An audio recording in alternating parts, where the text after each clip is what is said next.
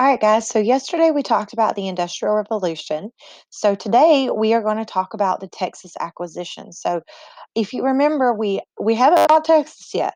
We've only bought that huge chunk of land that was in the Louisiana Purchase. Okay.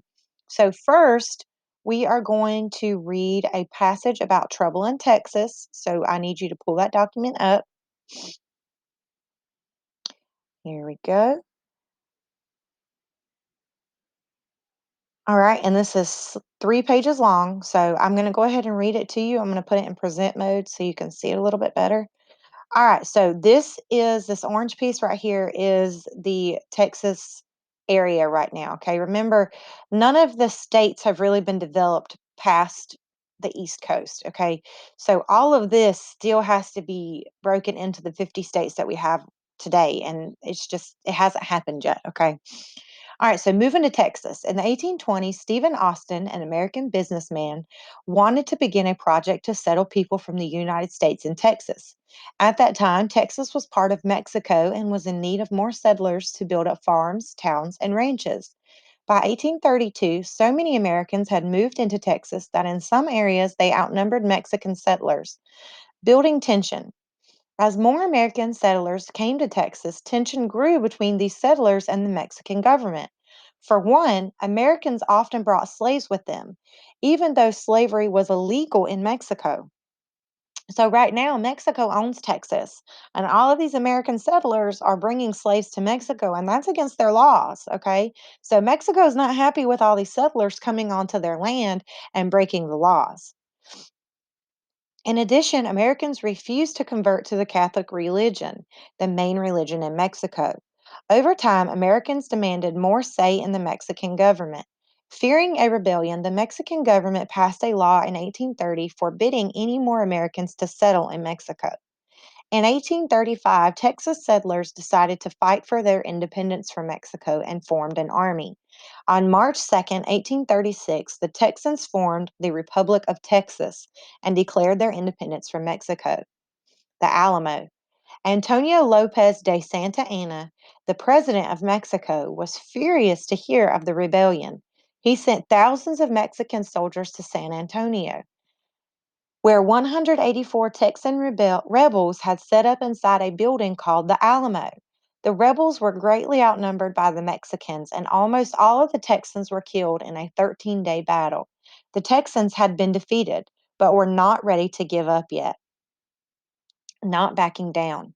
Sam Houston, the leader of the Texas Army, signed up more soldiers to help attack the Mexican army in another battle near the Jacinto, sorry, Jacinto River.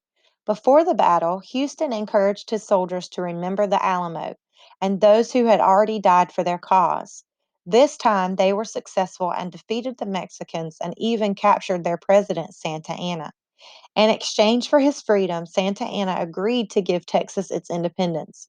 Sam Houston was elected president of Texas. It had its own flag with a single star.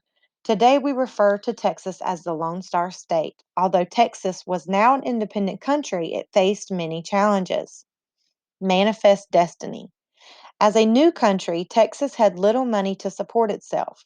Many Texans wanted to become part of the United States. They believed in the idea of manifest destiny, which meant that the United States should expand west to the Pacific Ocean. Sam Houston wrote a letter to U.S. President Andrew Jackson in 1836. Remember, President Andrew Jackson is the one who led the Trail of Tears, okay? So he's still president at this point, asking to be added to the U.S. Jackson refused, knowing that not all people in the U.S. wanted to add Texas. The debate over whether to add Texas as a state went on for years until James Polk was elected president in 1844. He was a supporter of Manifest Destiny and asked Congress to add Texas as a state. The Mexican War. The tensions between Texas and Mexico grew again when Texas became a state. Although Mexico granted Texas its freedom, they still viewed the land as part of Mexico.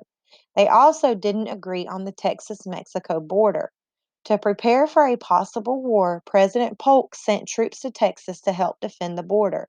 The Mexican War officially began on May 13th, 1846. After much fighting with both victories and losses, the Mexican government surrendered.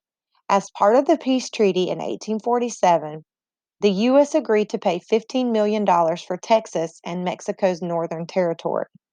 Later on, more money was given to Mexico to purchase even more land from the United States. The United States now expanded their territory to the Pacific Ocean. All right, so now that we've read that passage, we're going to go to our learning slides here and we're going to pull up our PowerPoint.